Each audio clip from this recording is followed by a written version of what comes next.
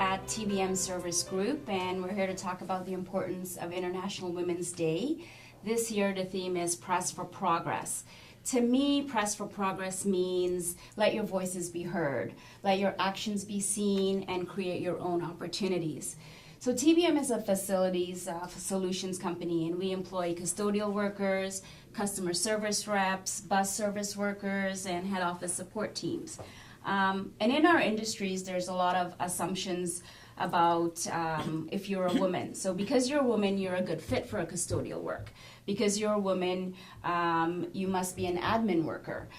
Because you're a woman who has a boss who's a male, then you cannot speak up. These are all the stereotypes and biases that are currently in our industry. And what we want to do is start to break away from these stereotypes and sort of press forward and make a difference and make a change. At TBM, we recognize the importance of a gender equality, gender inclusive environment, and in raising awareness and have positive visibility for women. In the past 3 years, we've increased the number of supervisors in our front line. We have formally recognized women's achievements. And today here speaks volumes because we're here with many of the women within our company that we want to together promote the awareness and the importance of this day. Now there's still work to be done, don't get me wrong, but I think today's conversations that we're going to have is going to promote that awareness and take us a step forward in helping us achieve those goals. So thank you guys for being here today, and your willingness to be here and have your voices be heard speaks volumes. I'm going to start off by introducing who we have today. We have Keisha, who works here at head office, Anabela, who works at St. Michael's and OCAD University, Omu at TTC Subway, and to my left we have Cindy from Toronto Public Library, Louren from the TTC, and also Josh from TTC. Welcome, guys. Thank you. Thank you. So let me start off. Keisha, tell me about what is the importance, what do you feel is the importance of International Women's Day? International Women's Day is important, and it's important to celebrate women's achievement, recognizing the achievements of women in any aspects of life, whether in sports, in politics, government, medicine, because it has a huge impact in developing girls and young women like myself. You know, it gives us the hope that we can do it, that we can achieve it, that we can be an influential force, that we can be a leader, that I can be a leader in society. And that's the importance of celebrating women and their achievements and their success. So Keisha, what are you doing to press forward for progress? Well, by celebrating women role models and their journey, by supporting them in every aspect of their lives.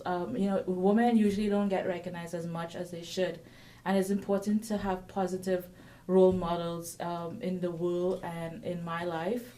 You know, for me, one woman that had a positive impact in my life was my grandmother, and you know, she grew up very stereotypical. She grew up as a very. She had to look after her brothers. You know, she didn't have the opportunity to go to school. She had to take care of her brothers, and while they were given her education, she was never even. As a matter of fact, she was never given an opportunity to go to school.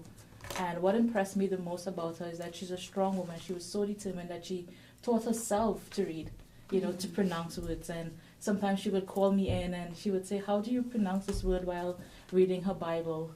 And, I'm so impressed that every day she gets up and she reads her Bible with a person who has never been to school. Yeah. And she reads. And that, it brings hope for me that I can do it. Mm-hmm. You know, like, it may seem something small. Like, you don't have to look at women in, it comes from within too, like, personal. Like, looking at my grandmother, it doesn't have to be a role model that is out there in society or a public figure, but within our own families.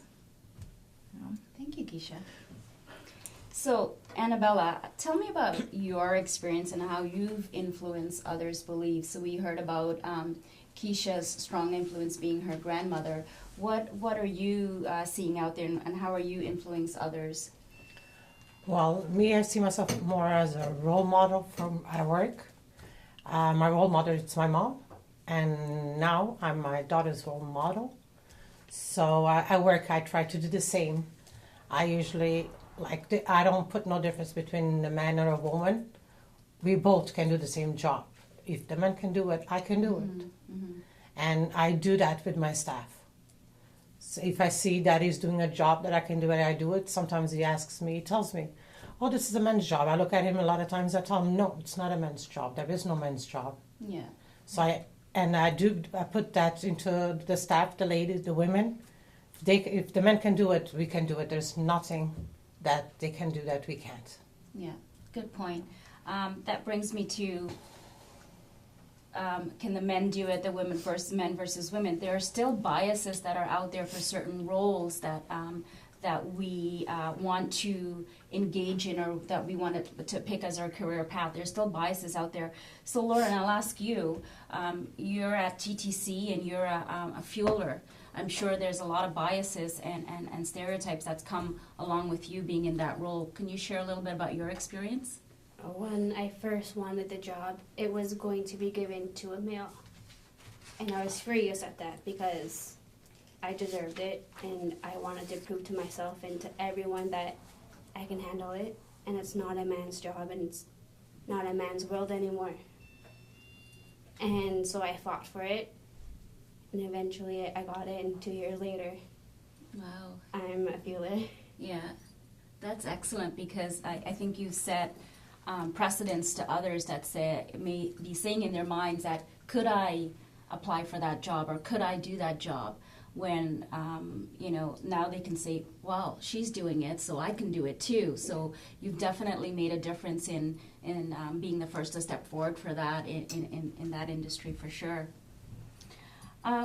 So Cindy, tell me about some of the obstacles you have seen or you have experienced that you think that has prohibited women from taking that career that they wanted to do, or pressing forward in that path. Well, for me personally, I've seen it a lot with, I come from a West Indian background, so just in our culture and our society, there is a lot of a gray area. There is a lot of, I believe, conditioning from a society, from traditional point of view, from cultural point of view, and that tends to translate into our relatives, and then from there, it tends to also kind of overflow into the younger generation. So whatever they felt that they couldn't do, whatever they were told, or they were, they were conditioned into believing they couldn't do, whether it's intentional or not, it does kind of get translated into the younger generation. So growing up, there was some things that I had in mind as a career goal or whatnot, and my parents didn't necessarily support me that way. But looking back at what Keisha said, that her grandmother was a big part of inspiration for her, I could relate to that, because my grandmother was the same thing for me. She kind of encouraged me to believe that you know what, you could do whatever you want. Yeah. Don't listen to what this person has to say. Don't listen to what that person has to say. And I grew up with that, and seeing that in the either workplace, seeing that in school, seeing that in my own within my own relatives, because I see that still going on within some of my relatives. I then take on that role to try to press forward for progress and encourage them to do the same thing. You know what? They may be your relatives, they may be people that you look up to, people that you think want what's best for you, but at the end of the day, it's what you believe. Mm-hmm. Don't listen to the background noise. Don't listen to what their perception is. It's what you want to do. Because at the end of the day, no one can stop you from achieving the things that you want to do. If you want to be an astronaut, then you need to believe in yourself and go for it. So that's what I try to do all the time. Whether it's friends, strangers, relatives, it doesn't matter. I try to encourage them. I try to push them to be the best that they can be, because I believe that's the only way that we can move forward and break all these cultural, traditional biases and just move forward as a gender and as women. Mm-hmm. So. Excellent point. I think I echo your opinion there in the terms of sometimes we tend to be our own barriers to our growth and our development because of all the assumptions and all the stereotypes that we're thinking. So we're holding ourselves back.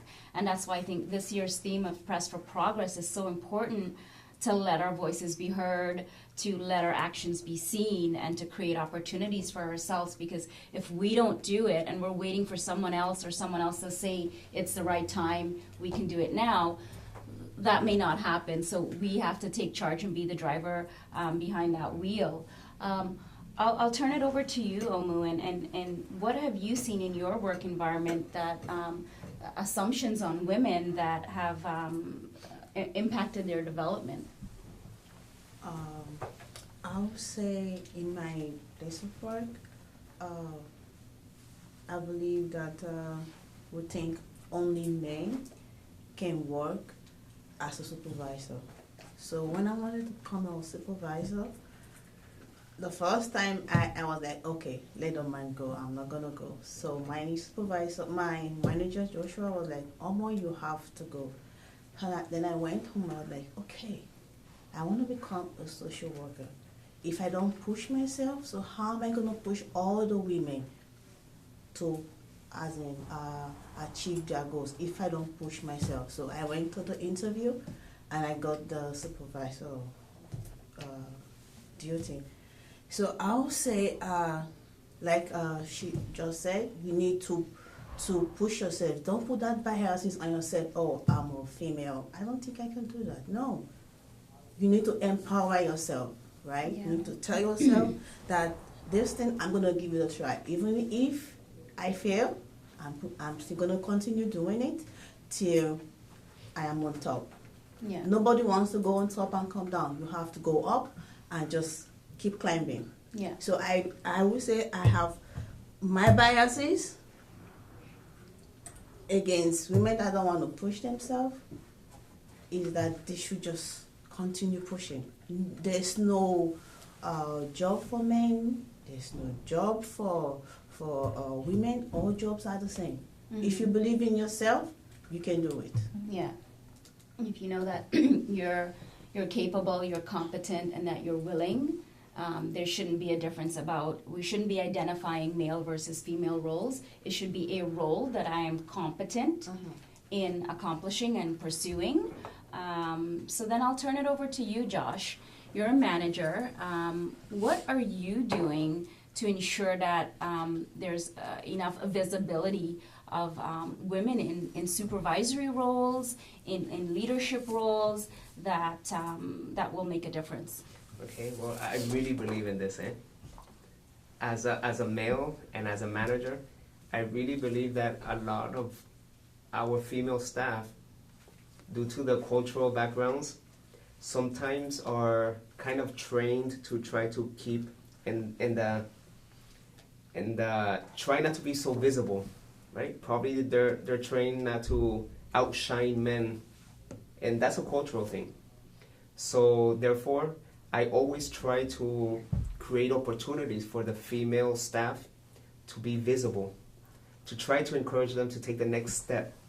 And as a manager, whenever I see a woman with good qualities that could become a supervisor, that could become a lead hand, even a manager, I'll always kind of encourage them to be visible. Like for instance, in our account, I have 2 female supervisors. And they've been told by some of the male staff, you cannot be a supervisor because you cannot lift heavy weights. You cannot move a box from here to there. So whenever I talk to a female staff, I always tell them, it's not a matter of being strong, but it's a matter of working smarter. Mm-hmm. So instead of killing yourself carrying a box, why don't you open up the box and deliver some supplies little by little, right? Yeah. Also, whenever I have to talk to some of the staff, from a manager to an attendant, I always invite the female supervisors to be with me at my right hand. And when I talk with them, with the staff, I always tell them that the role of the supervisor is like a manager's role. So therefore, the staff is getting used to seeing this face right? They're used to seeing this supervisor as a leader and as a potential manager, and therefore those barriers are knocked down little by little. Yeah. So I found that very important, and it has paid out very good results in our account. Excellent. Okay, so Caroline, now I have the privilege of working with Caroline every day. And for me, she is a positive role model to me. And I really do admire her position in this company. And I really do admire her and the changes that, when she came here, the changes that she made. And she is a woman, a real positive, and a real person that advocates change. And Caroline, I just want to ask you, have you had any experience that you felt you haven't been given an equal opportunity or felt limited? Oh, that's a loaded question. Well, I've been in the working industry for about 22 years, and a large part of my career was working in corporate. And going through that, I would say the part that I remember the most, from my boss, as he was, I worked very closely with him. This was about 8 years ago. I worked very closely with him, formed a team, made a lot of changes, and him and I we made a difference in the department.